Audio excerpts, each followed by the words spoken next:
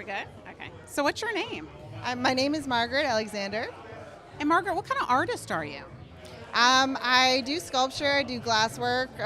Right now I'm focused on Bernie Sanders art, so I would say all things Bernie right now for me. And what kind of Bernie art do you make? I make signs. I do a lot of signs with spray paint, and I make Bernie buttons. The ones I'm doing right now are made out of oyster shells and stencils. And what is it about Bernie Sanders that inspires you to create art? Well, I think it's something that he has encouraged throughout his entire career, like back when he was mayor of Burlington, Vermont. It's something he's always fostered, and I think art is one of those important things that make life worth living, and he appreciates that.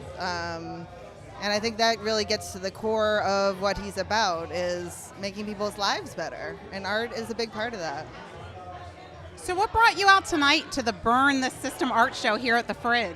Well, I'm actually down from Boston, in part for my other work with university administration, but in part to help with the Bernie campaign.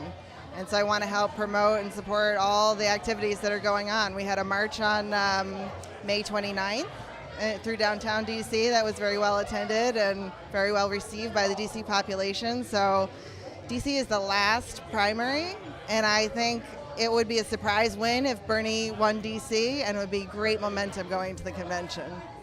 So speaking of the convention, what do you think is going to happen at the convention? Or what would you like to happen? I would like to see a good debate on the floor, talking about the issues. Bernie came out and said he'd like to see a ban on fracking as part of the Democratic platform, and I think that's really important. A single-payer health care system, I think the majority of our country is actually in favor of that, and it would save us money. So I think there are some things that should definitely be on the Democratic platform, and obviously I'd like to see Bernie get the nomination because I think he's our strongest chance to win the general election. Let me ask you one last question. Win or lose, where do you think the Bernie movement goes from here? I think we're already making change. You know, a lot of states are eliminating the superdelegates, for instance, as part of the primary process. President Obama just changed his stance on Social Security. He was talking about cutting it, and now he's talking about increasing it.